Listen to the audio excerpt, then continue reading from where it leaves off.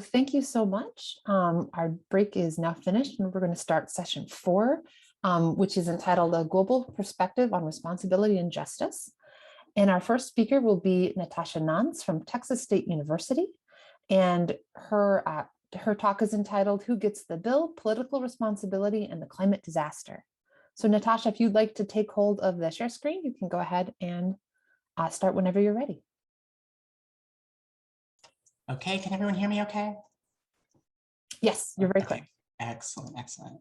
Okay, this is my slideshow.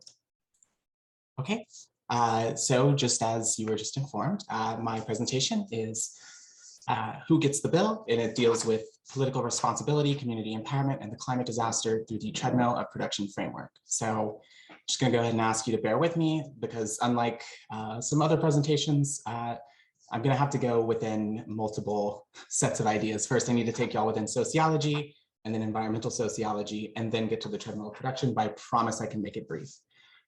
First, let me just go over the questions I'm attempting to answer. I'm trying to get at who we can think of as responsible for the climate disaster. How can they answer to the consequent obligations of their effects on the climate and the earth?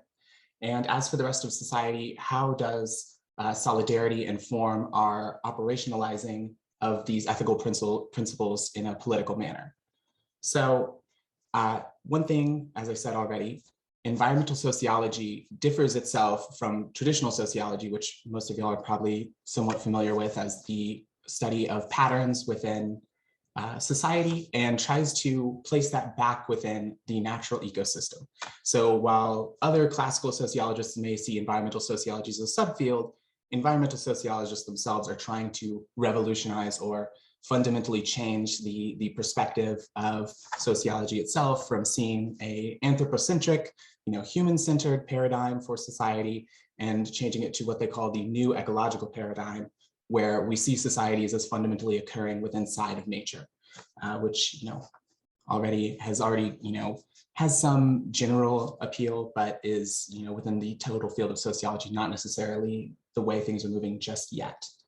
So, like I said, treadmill of production occurs within environmental sociology, and it is a theory describing a metaphor relating to the means of production and the concentration of wealth and how that results in environmental degradation. So you can see from the visual I've included here, this is a pretty good metaphor for what the treadmill itself is supposed to show. So you can see the people on the left here, they are trying to scale sort of the, you can think of this as the corporate ladder. This can be sort of like the means to, basic, standards of living. You see some people are making it onto the treadmill and, they're chasing after, consumption, the money, the carrot on the end of the stick.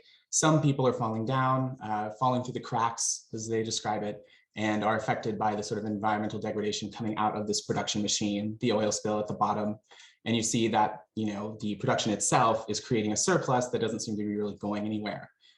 It's basically trying to describe this problem with the fundamental logic of how we think of development, how we think of progress, and how this creates a society that inevitably creates environmental degradation and environmental crises themselves. So even if, according to treadmill production theorists, we were to snap our fingers and solve climate change tomorrow, we would still create another environmental crisis at some point down the line because our fundamental logic is against, the basic laws of physics, like how, a finite system such as the Earth system, and expecting there to always be more that we can increase. So this was originally coined in the 1980s, the theory itself, but it has been updated twice by the original authors with a whole sort of subfield within environmental sociology of treadmill production research. So the wealth of literature on this theory, if you really wanted to dive into it, is extremely expansive with multiple editions. But the main ones that I want to get across to you is that now, instead of one big treadmill, most treadmill production theorists see a series of treadmills that operate at multiple scales. So there could be the treadmill of Texas agriculture, which is what I'm studying personally. There's also the treadmill of world trade, which does operate on an international scale, but is not the entire treadmill itself. So I just want to get that across now, that treadmill production is not saying that there's just one treadmill, but rather a series. The sort of empirical basis for this metaphor is the concurrent relationship of concentrating wealth in the US since 1945, and the increase in the sort of concurrent concurrent growth of environmental degradation, the diminishment of profit margins, and the diminishment of worker livelihoods. So as wealth concentrates, worker livelihoods, the environment, and indeed profits themselves are negatively affected. So in terms of who is, sort of guiding this and sort of, in a sense, responsible for the climate crisis, it would be what treadmill production theorists call treadmill elites. And this is basically anyone. It can be a finance, someone involved in finance, someone involved in the energy sector, an entrepreneurial elite, especially, social media giants in this day and age, and political elites, such as those who control the direct interaction, the interaction between society and environment at the direct level. Who makes the production decisions, right? And this emphasis on production over consumption is critical for the treadmill of production theory, because, to sum it up in a quote, Henry Ford, once famously said that, a consumer can have the Model T in any color they want, so long as it's black. And that really sums up the treadmill of production mindset about how production leads consumption, that producers ultimately decide what consumers are even going to want, desire, especially when you factor in things like advertising. So what does this mean? Is that in the terms of our neoliberal paradigm, which involves a lot of privatization of previously like public sectors and things of that nature, patterns of international investment in smaller countries, and the increasing amount of debt for these peripheral debt-laden countries, is that the environmental degradation and the loss of worker quality of life and things like that create this sort of contradiction, right? Where even treadmill elites themselves are sort of vaguely conscious of wanting to solve the climate problem, but it limits their perspective. It sort of puts blinders on the only way we can solve it is by pushing the responsibility and indeed the way of conceiving of how the problem itself arose onto the margins, on everyone else. It's not that we've decided to, produce as much as possible every single year, for decades since, World War II and beyond. It's that the population is too high, and that, we need to control the population. We need to make sure that everyone recycles. Whereas, treadmill production isn't against these ideas, but it's missing the point that the key problem here is the mindset and the sort of hold on power of the political economy of the treadmill elites. Here we have several images of greenwashing, right? Green water bottles. Water bottles themselves are effectively pointless. The World Trade Organization is a major player, especially in neoliberalism itself, but as being like enablers of treadmills globally and in specific countries, specific localities. We have, supposedly eco litter, which you can find this anywhere. I've seen this all over San Marcos myself, these eco cups just on the side of the road. And then in the bottom right here, I have a sort of case study to explain part of this to you.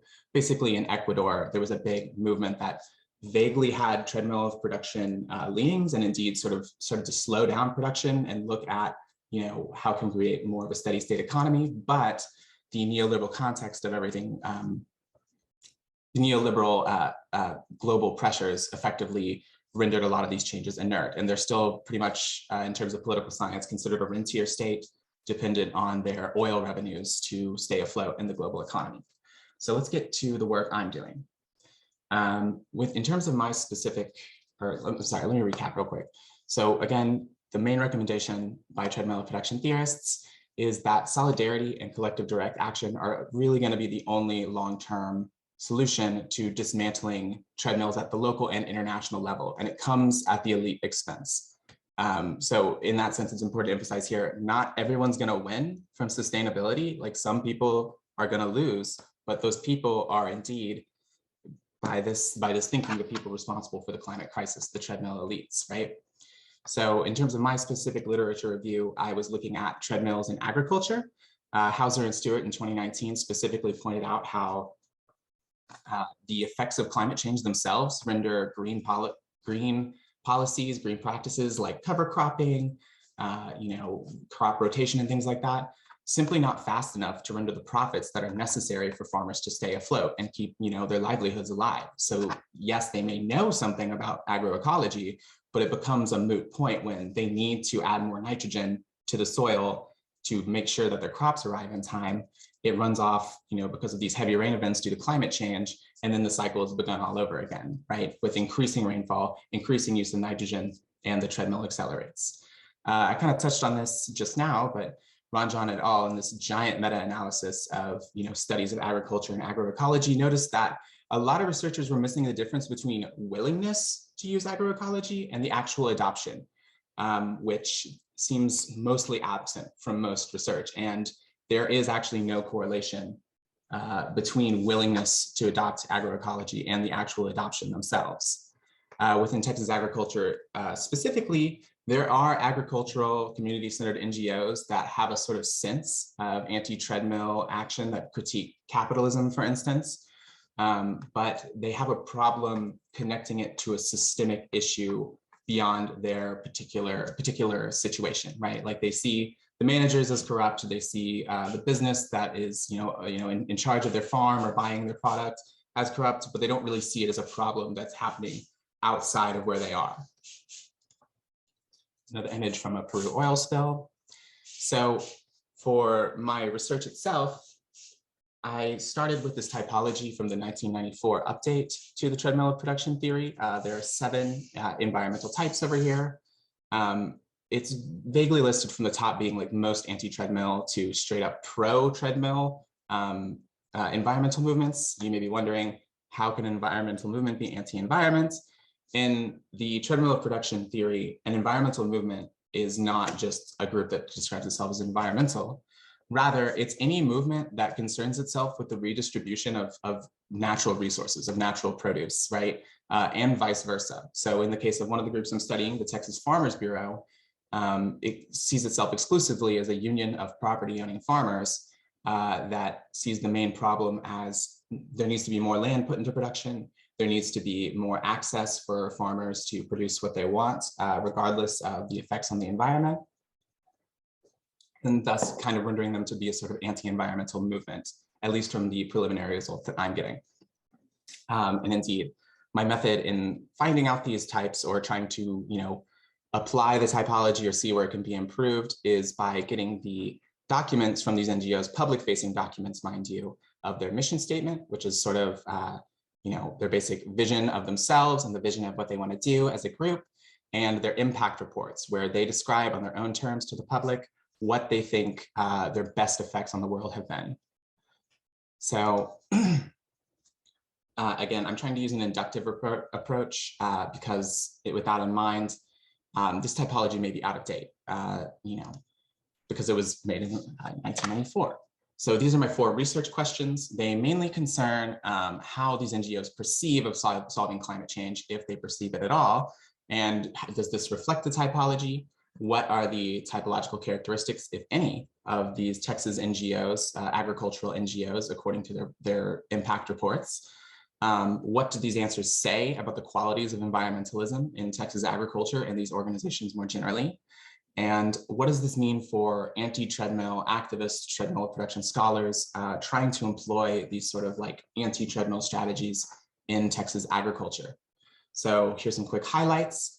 I'm seeing a lot of middling NGOs who appear to want to do good things for the environment, but then don't seem to want to connect it to production, don't seem to want to connect it to anything beyond their direct like local issue with like, maybe just like food in an urban area. And there seems to be an early relationship, I'm not saying this is definite, between the size of an NGO, like as an NGO gets larger, it seems to be more often co-opted by the treadmill. As we see in the 2020 donors here, you can see their top donors are big oil, international finance, and insurance conglomerates, which are often, treadmill elites often work together themselves, as we can see here, though that this might indicate a sort of treadmill of NGOs in themselves, where they're more concerned about just growing as an organization than they are about effectively dealing with the problem. These are 2 emergent themes I'm dealing with right now, where in terms of a strategy for anti-treadmill activists, land redistribution may be sort of the main thing we need to work on, the main gap, because there is a lack of really, there's plenty of people offering, more access to food through like, SNAP benefits, which is like food stamps. I'm not sure if, that necessarily tracks for everyone here internationally, but basically discounts on produce for people who lack, the funds normally. And indeed, I'm seeing a sort of spectrum model over the sort of, rote, hard line to the typological model, because some of these, it's really a difference of degrees between their sort of thoughts of ecology and like what society should do and how they connect it to production. So thank you very much. That is my presentation. Thank you very much. That's fascinating. I'd love, if you have any links to some of your papers that you can share in the chat, that would be, I think, really helpful to kind of help us wrap our minds around all the wonderful information you shared with us today. I forgot to mention this earlier, but there's my timer right there. Sorry about that. Speakers do have 15 minutes in total. If you do end early, we'll have time for individual questions. I think we'll have to save questions for this presentation to our kind of more general presentation at the end. But again, thank you. Our next speaker is Tasso Corvino, and who's from the Sant'Anna School of Advanced Studies in Italy. And his talk is titled The Polluter Pays Principle, Backward Looking or Forward Looking, or Both. So whenever you're ready, please feel free to get started. Thank you. Thank you very much. Good evening. Thank you for organizing this seminar and also for allowing me to participate, obviously. And let me share the screen. Okay, so I will start from here. Well, one of the things on which contemporary economy seems to converge, actually, I would say one of the few things on which contemporary economy seems to converge is the idea that the most effective and efficient way to get carbon neutrality by the middle of this century is through carbon pricing measures. Why so? Why is this the most effective way? Well, because at present fossil fuel receive so-called implicit subsidies. That is to say, their market price does not reflect their social cost. What does it mean? That when we buy emission-generating goods or services, we pay for the market price of these goods, market price that is given by the interplay between supply and demand plus the production cost, but we externalize the social cost of these goods or activities on society. What is the social cost are the climate damage that will occur because of the emissions, now, in the present, or also in the future. On the other side, renewable energy do not receive implicit subsidies. In some cases, they can receive explicit subsidies, but that's another story. What does it mean? It means that market agents are constantly driven to make collective choices that are irrational. So economists say, well, the solution is quite clear. If you eliminate implicit subsidies on greenhouse gases, you can, on the one hand, encourage consumers to reorient their choices in a sustainable way. And on the other hand, you can push companies, you can stimulate companies to increase their investment in renewable energy.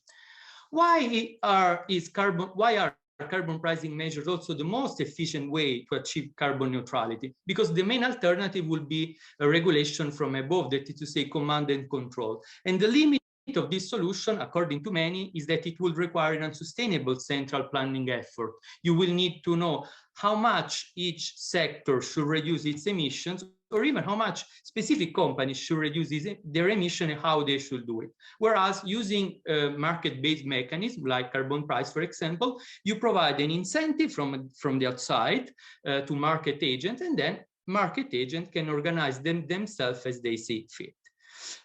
From an ethical point of view, carbon pricing measures are an application of the polluter pays principle, no? It means polluters pay principle means that whoever emits an X amount of greenhouse gases must pay, in addition to the market cost of X, the social cost of X. X are the emissions. There are two versions of the polluters pays principle. The backward-looking version, that is usually the version that is discussed by philosophers, is that those who have emitted greenhouse gases so far, without internalizing the social cost of this emission, now must pay ex cost the social cost exposed the social cost of their past emission in order to rectify past injustice, or we could also say in order to repay the climate debt that they have accumulated in the past. And there are two different applications of the backward-looking polluter space principle. One is the distributive version. This is to say, past over-emitters should be entitled to fewer future emissions than past under-emitters in order to rectify past climate injustice. And then there is the compensatory version of the backward-looking polluter space principle. They say, well, past over-emitters have compensatory duties toward the victim of climate change, and they can fulfill this duty, for example, through climate finance for adaptation and loss and damage, that is to say, by transferring economic resources. The forward-looking version, the polluter space principle, says instead that present and future polluters must internalize the social cost of the greenhouse gases that they emit. Usually, most economists that defend carbon pricing appeal to the forward-looking polluter space principle because they hold that actually polluters should pay not so much, or at least not primarily, for compensatory reasons, as maintained by the backward-looking polluter space principle, rather to bring the market into equilibrium, so to optimize the use of global resources. The backward-looking polluter space principle is susceptible to, obviously, many objections that are both ethical and metaphysical. One is the famous non-identity problem, the excusable ignorance objection, the objection that historical polluters are dead. I don't have time to go through all the objections. The non-identity problem is the argument that we cannot be said to be harmed by past emissions, because if past polluters had not emitted, there would have been different reproductive choices. So actually, we will not be here now. The excusable ignorance objection is that past polluters, at least before the first IPCC report was published, were not aware of climate change, so they cannot be considered as blameworthy for their emission. The historical polluters are dead, is clear, they're not here. And actually, we were also powerless with respect to them. We could have done nothing to prevent them from emitting. So some philosophers try to defend the backward-looking polluter space principle against this objection. Some others prefer to replace the backward-looking polluter space principle with some other principle of climate justice that are backward-looking as well. So, for example, the beneficiary pays principle.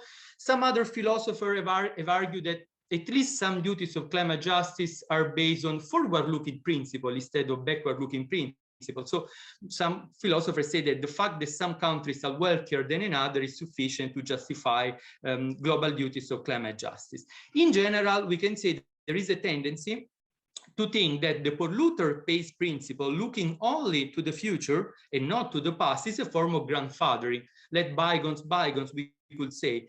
That is to say, the polluter space principle, without its backward-looking component, is always thought to be a principle that could accelerate the climate transition, but this climate transition will be unfair because it will leave the climate debt unpaid. What I argue in the paper that I'm presenting here is that actually, I think we can defend the forward-looking polluter space principle as a self-sufficient principle for the climate transition. What do I mean by self-sufficient principle for the climate transition? I mean a principle that accounts for both the effectiveness and the efficiency of climate transition, as I presented in the first slide on the one hand, and also for the different climate responsibility of countries or the other. Why so? What are the arguments that I use in defense of the forward-looking polluter space principle as a self-sufficient principle for the climate transition? Well, the first argument is that the forward-looking polluter space principle is necessary for the climate transition, while the backward-looking version is not. The second argument is that, well, it's true that the polluter space principle without the past-oriented component, not the backward-looking component, loses intergenerational scope because you cannot take into account past emission, but it does not lose global scope, at least if we maintain that there should be a global accounting of the social cost of carbon. And the third argument is that it's essential that also developing countries implement the forward-looking principle. This for various reasons. The most evident one is because actually we have to avoid carbon leakage, but also for reason of domestic distributive justice within the same developing countries. This reason stems from the fact that usually within developing countries is a small elite that is emitting a lot, while the great majority of the population is not emitting. So, for example, carbon pricing measure could have progressive distributive results also in developing countries. I don't have time to go through all these arguments, so I will focus on the second argument. There are two main ways of calculating the carbon price. One is to use integrated assessment models, and integrated assessment models estimate the marginal social cost of each additional ton of CO2. And the other way is to set a collective climate mitigation target, for example, halving domestic emissions with respect to 1990 levels by 2030, and then to calculate the carbon price that allows this target to be reached as cost effectively as possible.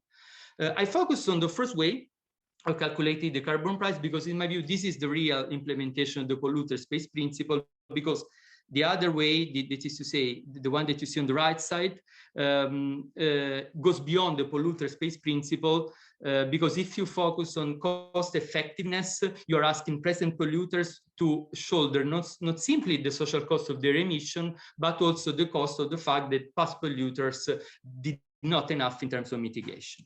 So if we focus on integrated assessment models, the two elements that most influence the final results of integrated assessment model, that is to say, this magical number that is supposed to be the economic value of the climate damage caused by any additional ton of CO2, are ethical rather than scientific.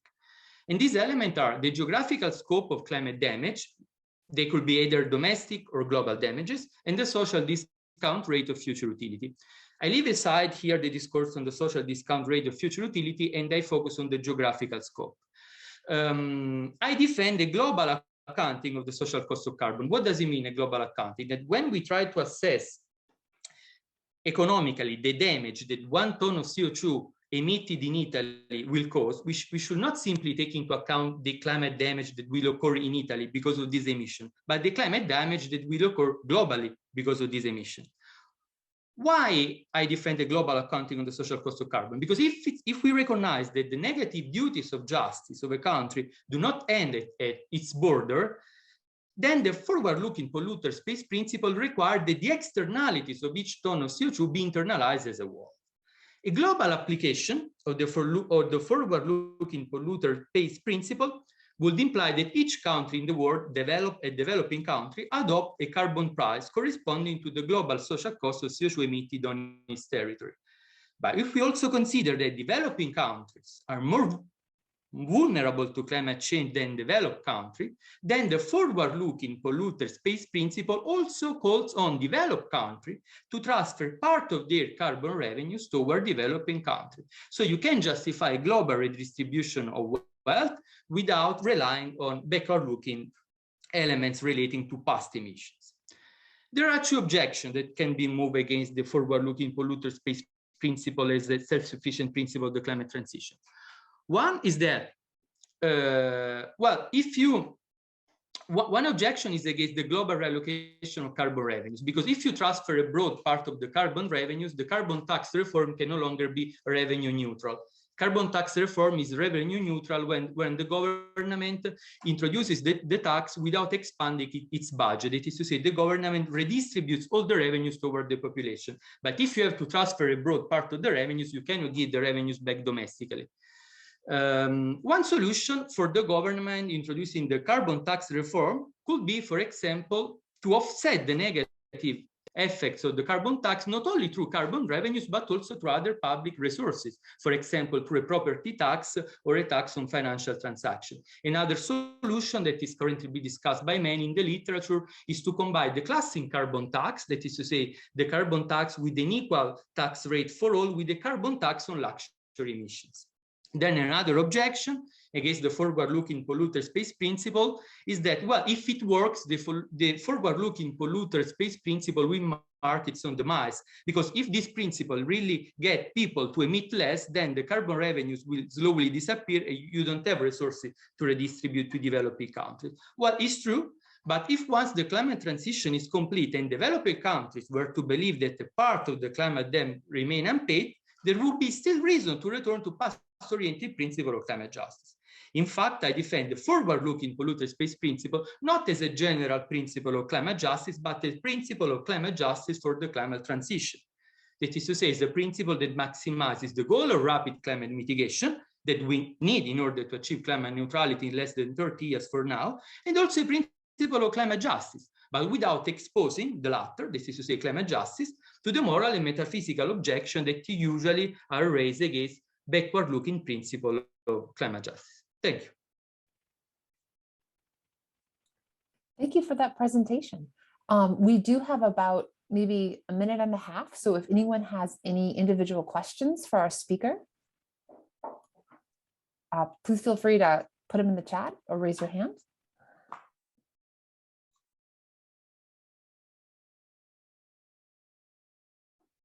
Sorry for being late. Oh, no, you're fine. That was a lot of information delivered very well in a short amount of time. So we'll save questions then for the general discussion. Our next speaker is Alina Ajum Ahmed from the University of Georgia. And her talk is entitled Colonialism, Conservation, and Epistemic Injustice. So Alina, if you'd like to go ahead and take control of the screen share, if you have slides, that would be fantastic.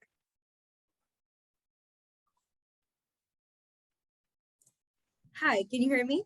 Yes, we can. Excellent. Would you be able to tell me if you can see the slides? Yes, the slides are on the screen. Okay, perfect. Technology is not my favorite sometimes. Okay, so thank you so much for the introduction, Kelly, and I'm very, very happy to be here.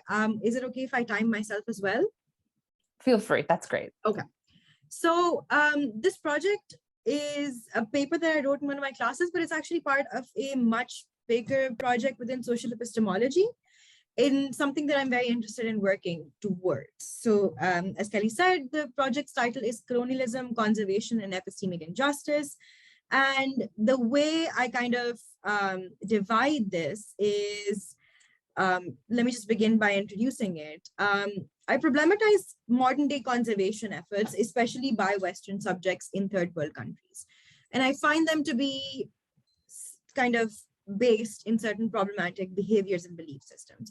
One reason and the foundation of this paper is the way Western subjects who engage in conservation efforts undermine the indigenous knowledge systems of conservation of people of these countries. Hence, the paper will analyze conservation efforts by Western subjects through the lens of a new form of epistemic injustice.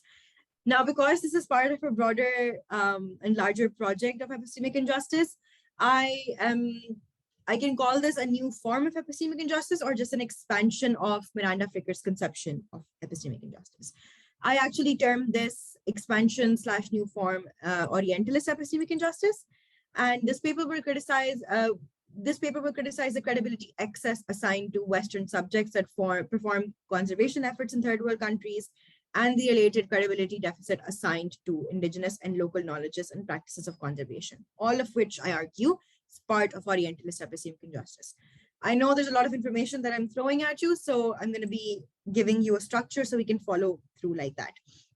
The structure of this paper is as follows. The first part defines colonialism using current literature. It also explains modern conservation efforts as colonial and problematizes it to kind of ground my argument. It also defines colonialism and cites case studies that analyze the colonial character of conservations. The first part is largely regarding colonialism. The second part is where I actually use different theories, such as Wael Halag's theory of Orientalism as sovereign knowledge or sovereign system of knowledge, of Miranda Fricker's notion of testimonial injustice, and of Jose Medina's sort of argument against just using credibility deficit, and also like he argues that we should use credibility excess as well. So using all of those, I develop an account of Orientalist epistemic injustice. This is a theory which I posit is necessary to analyze the credibility excesses and deficits that this conservation relies on. This part of the paper will go into depth and argue that these efforts rely on and perpetuate this form of epistemic injustice. And we will also talk about secondary and primary harms that comes from it. The third part in particular will deal with the epistemic harms of the epistemic injustice that I identify. And we'll be talking about what sorts of harms and what tiers of those harms are. Let's begin with number one. Part one being conservation efforts in colonialism. I am not the first one to actually argue that conservation efforts are colonial. In fact, there have been plenty people who have been arguing that conservation efforts by Western subjects in third world or developing countries are colonial. And I use that literature to argue that maybe it's not enough just to say they're colonial. Let's think about how they're colonial. What is the mechanism? Is there a new way to think about that? And the way that I do that is by using epistemology. Here we have colonialism is subjugation of one group by another. It is the conquest and control of other people's lands and goods. It exists as direct political control by European powers. Even though that's ended, an ideological legacy still remains in post-colonial countries. And this ideological legacy also affects conservation discourse and policy.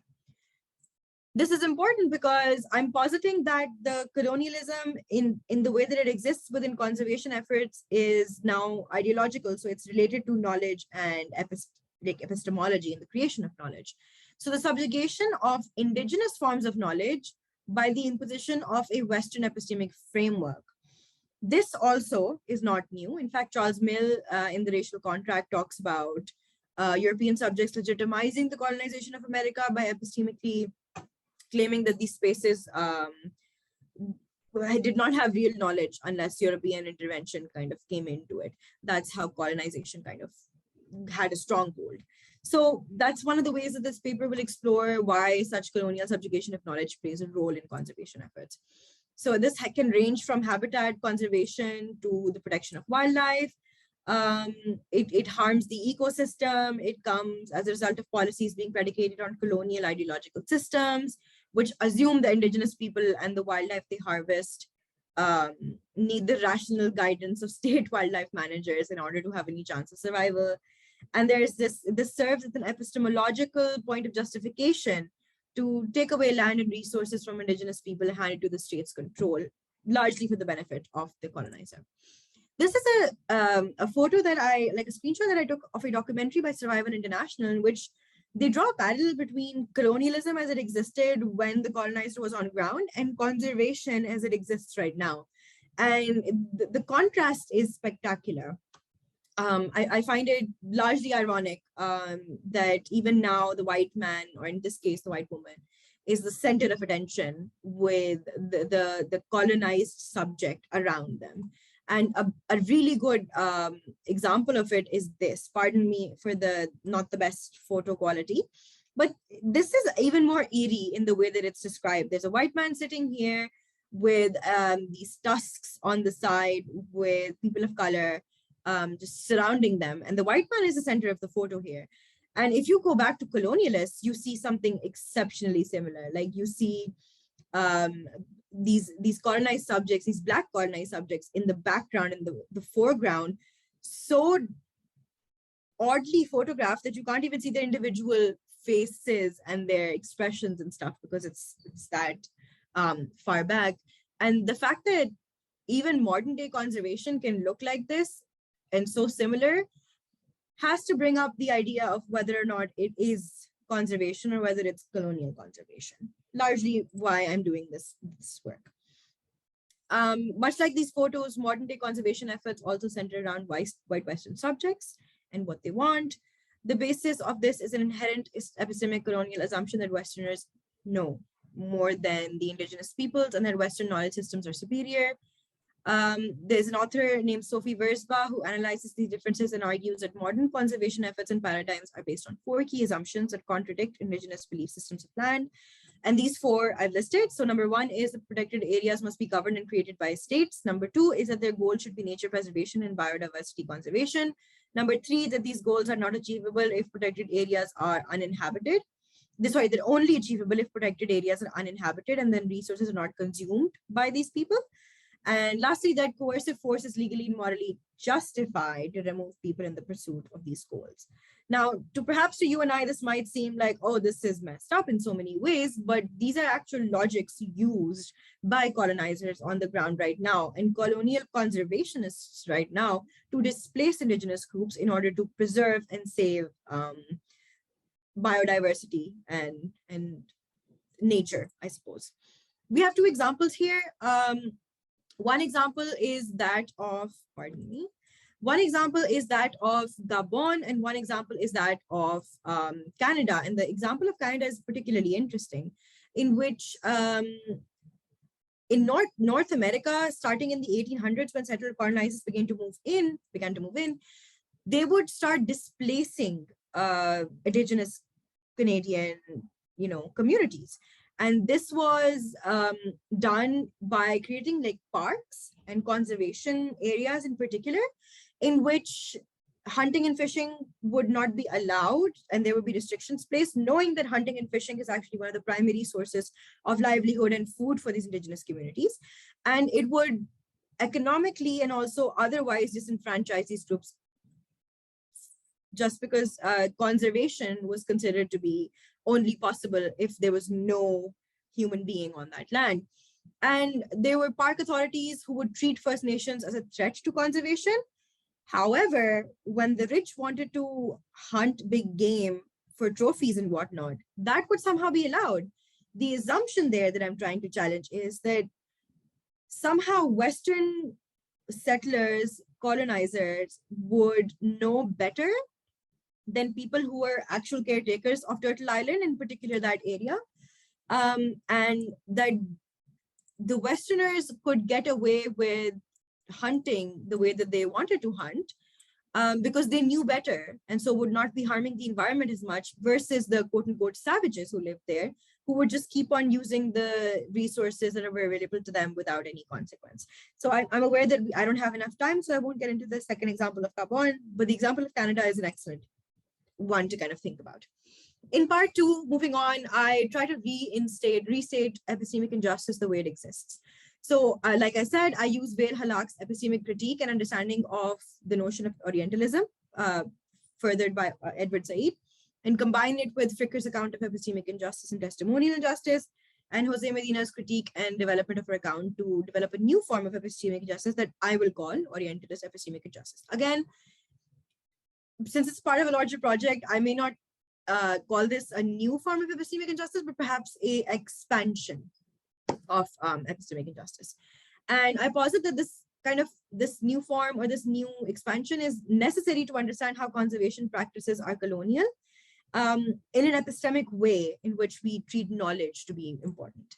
So how does this work? What does Halak say? So Vail Halak wrote this book in which she argued that colonialism was sovereign knowledge generated by Orientalism with the support of European academic learning in general, and it is situated within the larger dialectic in which the political projects of conquest and modern knowledge stand within larger formations whose foundations are firmly anchored in a particular view of nature.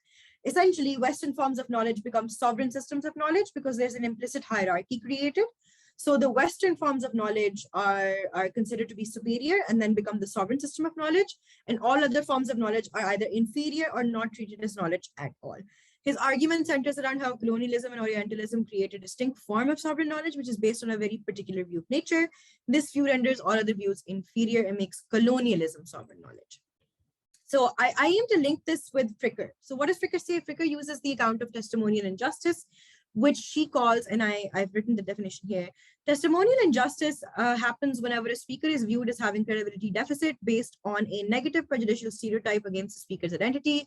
By the term negative prejudicial stereotype, she means a widely held disparaging association between a group, one or more attributes, and whatnot. So for example, me being a woman in the philosophy department in my university, I wouldn't be treated with testimonial injustice because my identity as a woman or a brown woman or a queer woman kind of create that barrier that makes it seem like I'm not known.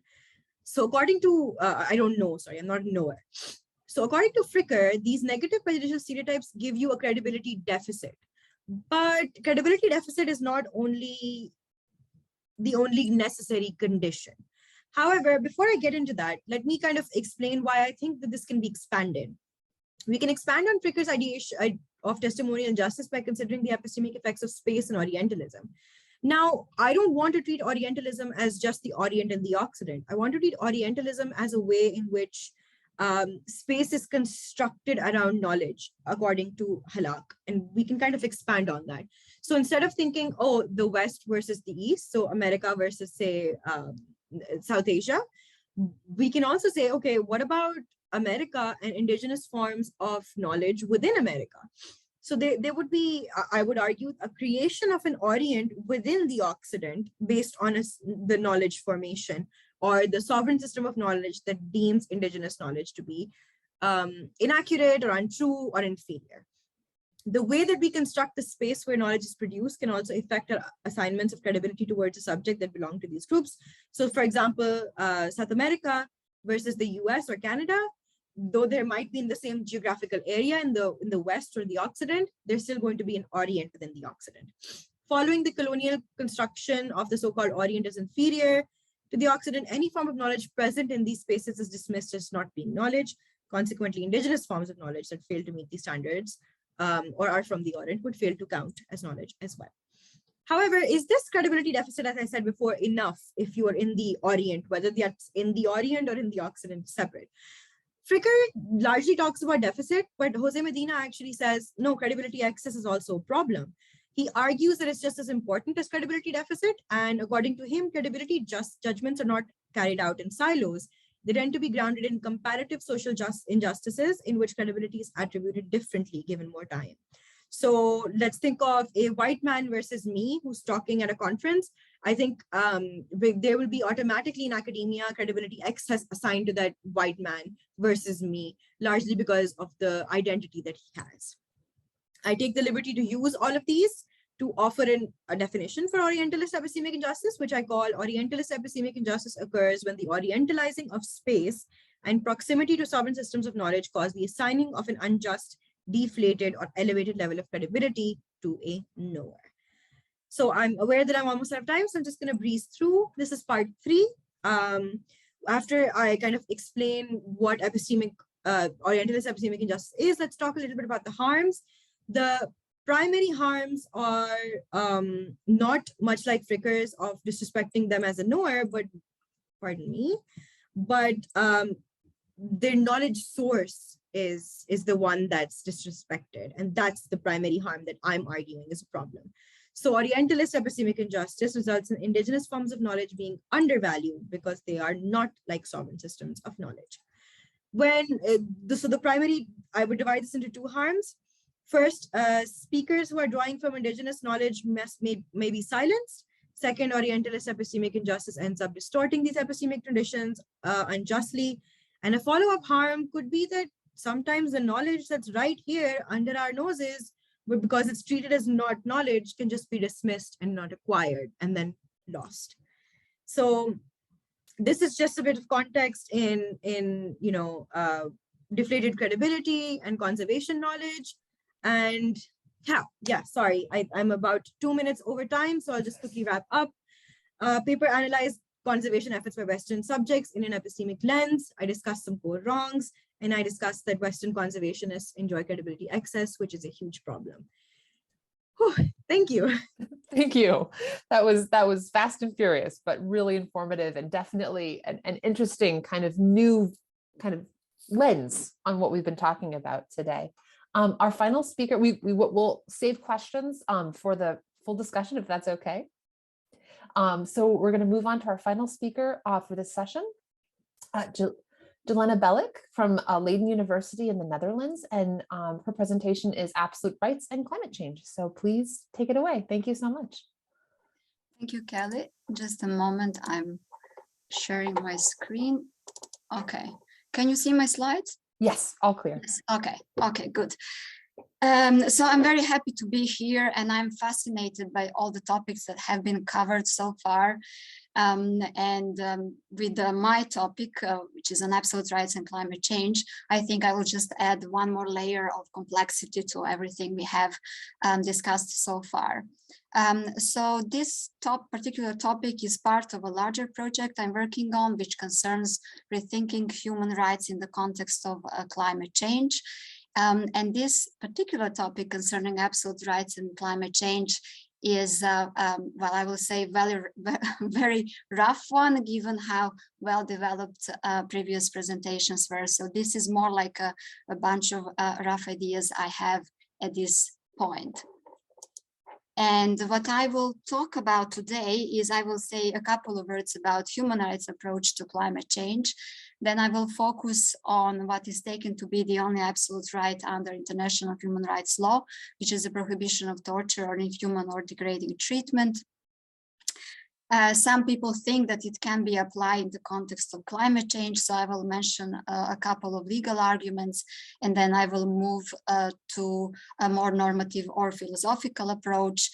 And the question I'm essentially interested in is what are the normative foundations of inhuman treatment in the context of climate change? And the provisional conclusion that I am trying to defend, I think, is that the prohibition of inhuman treatment protects the fundamental interest in the survival of humanity.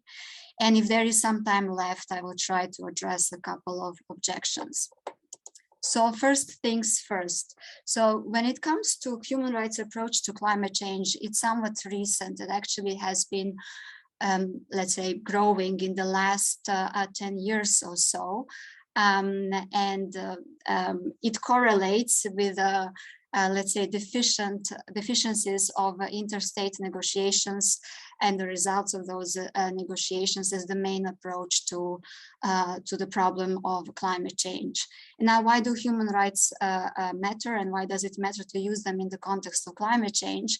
It matters because if it can be established that the impact of climate change on, in this case, humans, actually amount to violation of human rights, then this gives a powerful moral standing to those who are affected and a sense of moral urgency to stop the present rights violations and also prevent the future ones. Not surprisingly, although human rights approach is not limited to litigation, there is a growing number of climate litigation cases worldwide. And today I will briefly mention one particular case. And this is the first case concerning climate change that has been submitted before the European Court of Human Rights. The case has been submitted by 6 Portuguese children, which claim that all the member states of Council of Europe, meaning around 33 of them, are contributing to the violation of children's right to life and also to family and private life by virtue of not doing enough, or by virtue of not complying with their commitments made under the Paris Agreement. Interestingly, the court itself has added one more possible violation to this application, which concerns Article 3 of the European Convention on Human Rights, and this is the prohibition of torture and inhuman or degrading treatment, which is, by the way, the norm which is widely recognized within regional human rights systems as well as international one, and also at a level of national constitutions as well. What is interesting about the prohibition of torture or inhuman or degrading treatment is that it is absolute right, meaning that it correlates with obligations that cannot be derogated from under any conditions, including the state of emergency. So my main question is, in what sense, if any, the effects of climate change on younger generations amount to torture or inhuman or degrading treatment? Now, very briefly about the legal approach to this question. So not surprisingly, sorry, I should have said that the case is pending, so we don't have the decision from the European Court yet on concerning this case. But legal scholars seem to agree that there is substantial ground to establish a real and immediate risk of inhuman and degrading treatment, not torture, but only inhuman and degrading treatment of children on climate-related grounds. So they argue, for instance, that climate effects on children past the minimal level of severity of mental suffering. I believe by now we are familiar with, let's say, feelings or fears such as climate anxiety or eco-anxiety, fear for one's own future, for the future of planet, and so on. Also, what is necessary to establish that inhuman or degrading treatment is taking place is that there are no prospects of improvement, and legal scholars think that in the absence of adequate state action to cut emissions, then there are no prospects of improvement yet. Also, children are powerless to change the course of action. When it comes to the states, which bear responsibility under the European Convention of Human Rights, their inaction contributes to escalating suffering and also increasing the real risk of catastrophic and irreparable harm. Now, the way lawyers make their arguments is that they use analogical reasoning, meaning they try to show that, for instance, in the case of inhuman and degrading treatment, the mental suffering, those who experience this treatment, the mental suffering they are going through is similar to mental suffering in already well-established cases.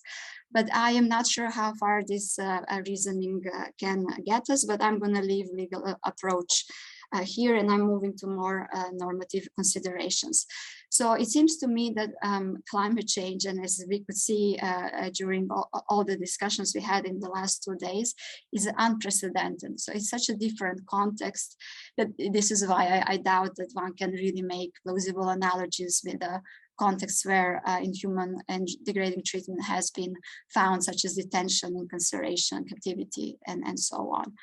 So why is climate change an unprecedented phenomenon, and what in the sense that is relevant to human rights considerations? Well, many people define environmental harm as aggregative harm resulting from the accumulation of actions across time and space. And the idea I have is that given how unprecedented or how different the climate change's context is, I think it does give us strong reasons to reconsider the very normative foundations of the prohibition of ill treatment. And in what follows, I am focusing only on inhuman treatment. So what I'm interested in, and the question I try to address in the rest of my presentation, is what interests are protected by the prohibition of inhuman treatment in the context of climate change. And this is the crux of my dilemma, or something I'm wrestling with. Basically, it goes to the very foundations of human rights as such. So I think it may have much broader implications for how we think about, how we conceptualize human rights to begin with. But again, I'm trying to narrow this down to the issue of inhuman treatment. So the question is how individual interests are. So there are already very established critiques of the individualism of human rights, that they are individualistic in what I call a spatial way. So it's like a problem of spatial individualism, which is understanding individuals as right bearers in terms of some isolated atoms. So this has already been well discussed, and I will not go down that road.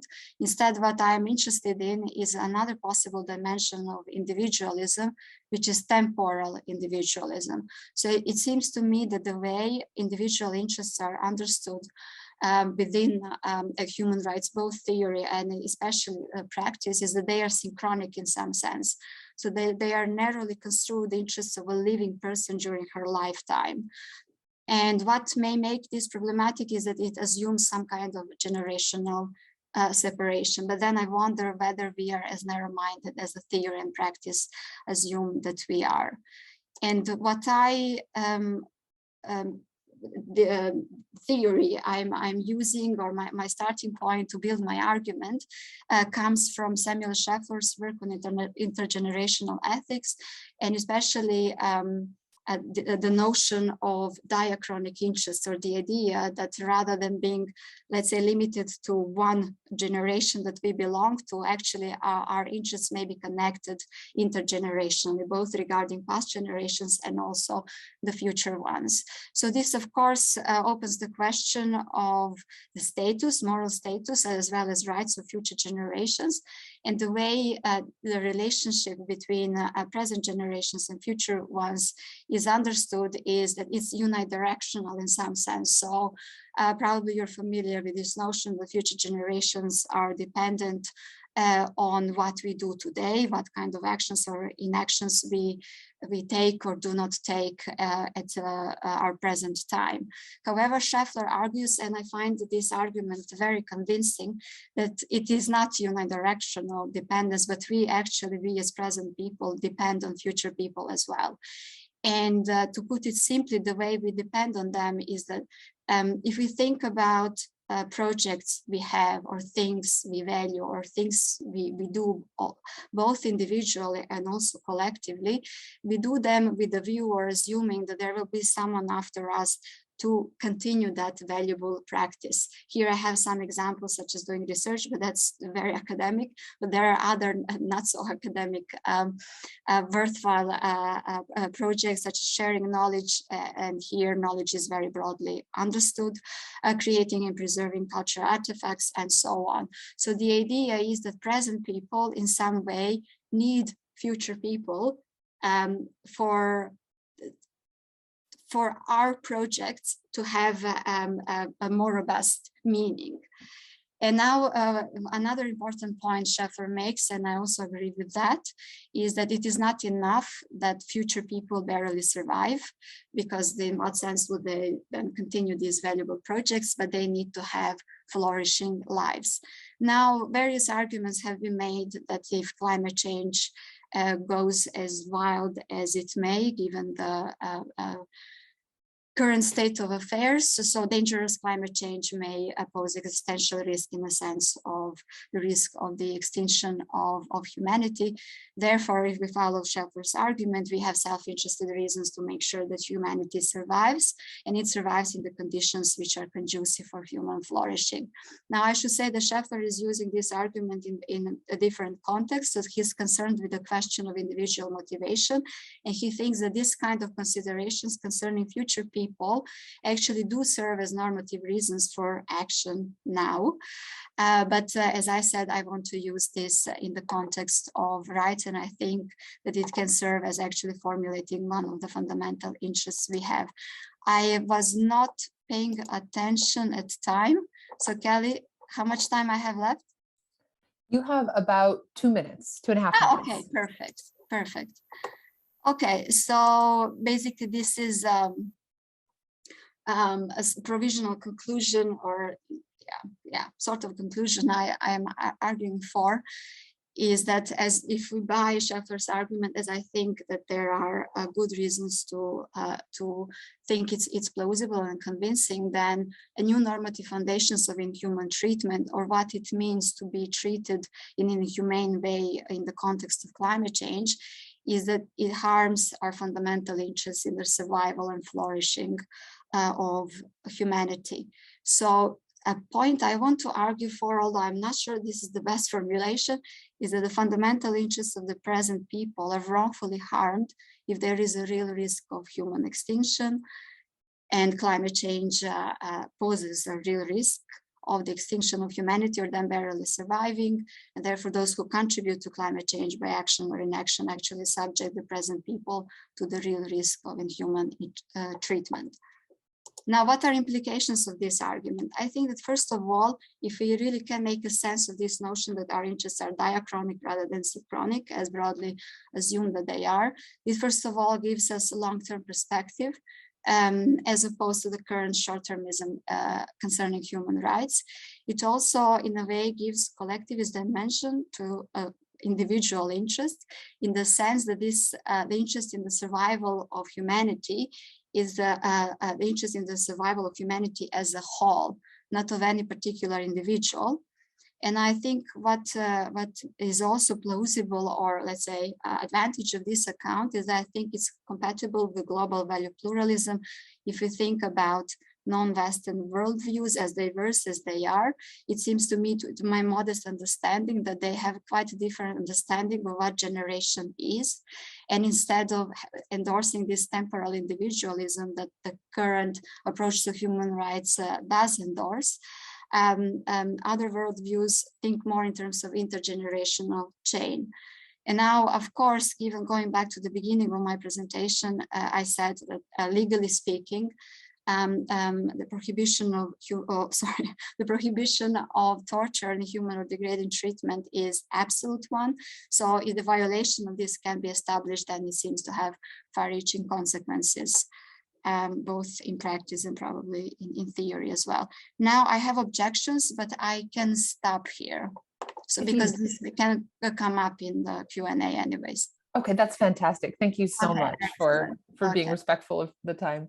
Excellent. So it is currently 11:29. Let's go ahead and launch into the general discussion, if that's okay. And thank you to all of our speakers. There's an incredible amount to talk about here. So if you would like to either raise your hand or put your information in the chat or your question in the chat, we'll go ahead and see how many questions we can get through in the next couple minutes.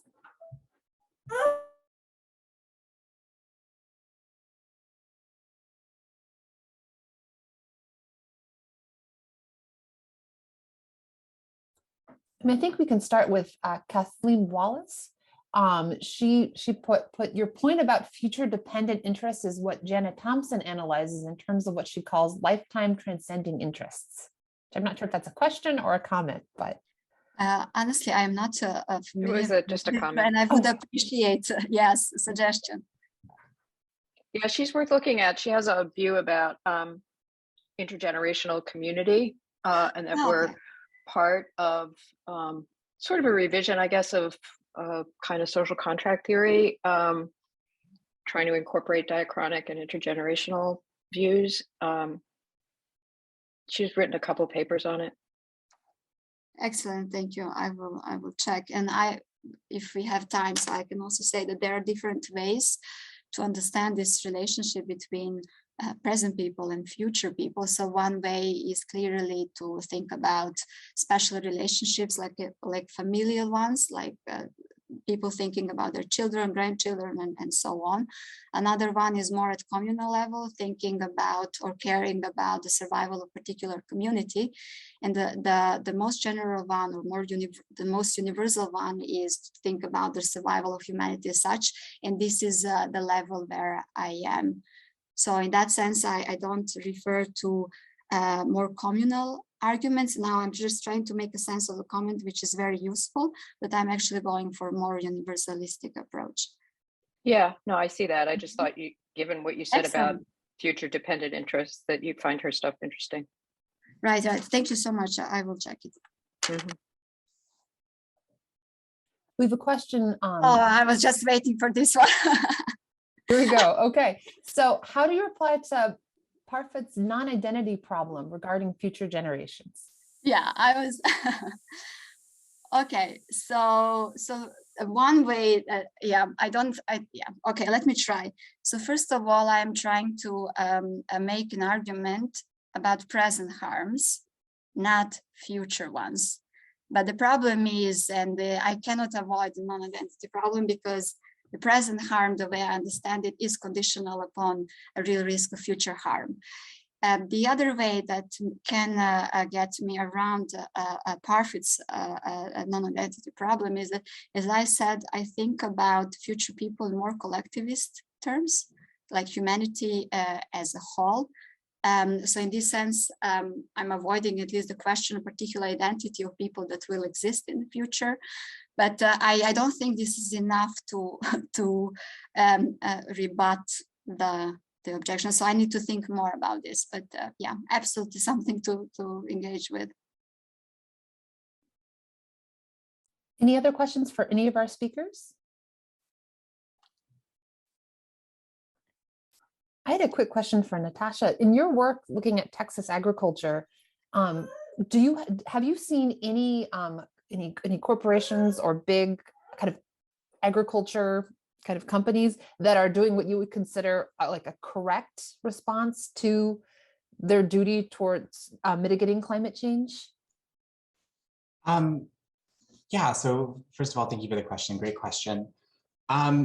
One of those things about where I'm at with my study right now is I'm trying to not bias myself too much by saying like definitely, but in terms of an NGO that specifically seemed to, one, actually mention climate change, which is another theme I didn't get a chance to mention. There's a lot of agricultural environmental NGOs that don't even use the word climate change, that don't even allude to like a climate problem. They just say that they're making the environment healthier and that they're making people healthier. So out of about 9 groups that I've studied and documented and started coding, only one has even, and indirectly I might add, mentioned that there is a problem with the environment and that they're trying to foster healing as a group.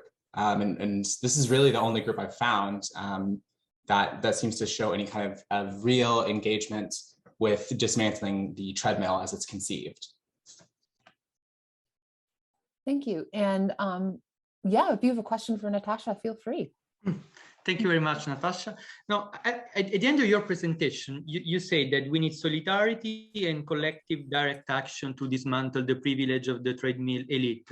But what do you mean exactly by collective direct action? I mean, the problem of carbon inequality is pervasive now. By 2030, the richest 1% of the world population is supposed to emit 30 times the global average that is compatible with the 1.5 mitigation target. I think we need very radical measure, but what do you think? What is this collective action? Yes, so thank you again for another great question. Specifically, I mentioned this briefly, is land redistribution, especially anything regarding land tenancy. I did find a couple of groups that were specifically looking at trying to give direct ownership of the land to marginalized communities and creating farmers of first-generation immigrants in America, in Texas. Also, mutual aid is another one that's often talked about, but was actually one in the course of my research that I've kind of started to move away from, because it seems that most environmental NGOs are willing to, take food stamps, give out better access to resources and things like that. But again, it's this problem with not dealing with the main interaction between human society and the environment, which occurs at production. So I would say any kind of collective direct action or any kind of solidarity that gets at changing fundamentally the way we conceive of production and the means that we go about creating this production. This is kind of a trite example, but like water bottles are a big thing, right? Where it's like, this is a completely invented demand that we don't actually need. And in most cases creates a sort of a metabolic rift between where they're getting the water. I mean, most of us here, I imagine, are familiar with Nestle and their problems and what they're actually creating, like an invented problem that they're solving, right? So just to recap, is that any kind of collective direct action that looks at changing production towards an ecological model. Does that answer your question? Thank you very much. Yes, thank you. And we had a question to come in for Jelena as well. Do you think Gregory Kafka's argument about why we should care about the survival of the human species would be relevant? His article, The Future Problem, is collectivist in the sense that I think you mean that, and precedes Parfay's non-identity problem. I cannot, it sounds very relevant. I just checked it, so I'm gonna take a look, but I am not familiar with the argument. So excellent suggestion, thank you. Any other questions? Feel free to raise your hand if you'd like to. I see Peter has a question. Oh, Peter, please go ahead. Okay, my question is directed to Natasha. And early on from yesterday, while lead speaker Stephen Gardiner was proposing a global constitutional convention that will comprise of world leaders coming together to make some agreements as touching climate actions. This question has been longing in my heart in relation to what the President of the United States did, Donald Trump, some years ago, immediately assumed office, pulling out from the Paris Agreement. I'm a philosopher. I'm forced to ask some of these basic questions. Like somebody who is as powerful as he is, well-informed, well-briefed, well-learned, who could probably have informed that decision, knowing the dangers, the risk, what is at stake in such an action, and him being such a powerful political leader. Your presentation was talking about who do we pass the buck, who gets the bill, political responsibility in terms of climate change. My question is focused on leaders, policymakers, policy directors, is there a way we could pass part of the blame to them? Is there a way we could hold them responsible for? Because sometimes all of this research, all of these findings, all of these discussions, all of this, it ends up in the decks of policy directors, policy leaders, policy formulators, political leaders. And if they don't do what is supposed to, they ought to do to make this action, these recommendations, these findings of science practically implemented, it seems we'll be wasting time. And so my question to you is, where do policy leaders, formulators, directors comes in trying to hold people responsible in terms of actions regarding climate change? So first of all, thank you again, Peter. That's a great question. And I think the kind of thing you're talking about here, where it's like, what is the responsibility of our political leaders and how do we hold them accountable? That's a very central question to treadmill production, because I mean, what you're talking about is essentially the sort of political treadmill elite. And it kind of answers to, or kind of gets to the point of why so much of treadmill production theory's recommendation talks about collective action outside of the state. It's not that you can't work with policymakers who work inside of the government, especially at the local level. That's kind of the exception. Like if you're talking about a municipal policymaker, or maybe a policymaker that specifically deals with like one ecosystem, you know, that is still within like sort of anti-treadmill strategy. But expecting the system that is sort of foundationally built upon, you know, the profit incentive, the mindset of developing land as necessarily progress, right? Essentially, they cannot be trusted, I think is the way that I would phrase that. And that a lot of this has to do with, for instance, if you look at the sort of collective action and direct action that took place in 2020 in the United States in June related to Black Lives Matter and things like that, that seemed to render more immediate, and you know, the lasting effects of this seem to not necessarily stick, but the pace and the rapidity with which, you know, for instance, the Minneapolis Police Department was completely dismantled from the ground up, right? That kind of points to like what the treadmill production is looking at for the environment. Now, treadmill production does look at like the struggle of, you know, non-white people as critical to the environmental struggle. Of course, it incorporates a lot of environmental justice. Though at the same time, like sort of think of, if I put it simply, like if you combined Extinction Rebellion with the sort of like power and impetus of the moment of Black Lives Matter in June 2020. Is that kind of getting at your question, Peter? Is there something that maybe I'm missing? Yeah, it's quite something. You dealt quite a bit of it. Let me still clarify my thoughts, and if there's any other thing, I'll let you know. Okay, excellent. And I just want to add real quick is that another way of thinking about this is that this collective direct action is supposed to render the tension necessary to where political actors can no longer, and political elites can no longer ignore the problem. Because every time we approach them through conventional means, giving them a proposal, submitting a bill, et cetera, stuff, it's just like you said, it gets put on the desk, it gets pigeonholed. It's always something that they'll handle later.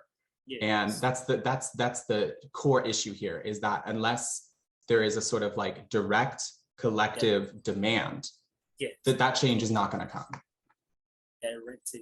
Direct collective demand. I like that. Direct collective. Well, thank you again for some really fascinating talks. If you do have any questions that we didn't have time to share, please feel free to put them in the chat, and we will go ahead and connect you with that speaker via email so you can continue that conversation. So we'll go on break, and we'll start back up again at 11:50 Central Time. Thank you so much.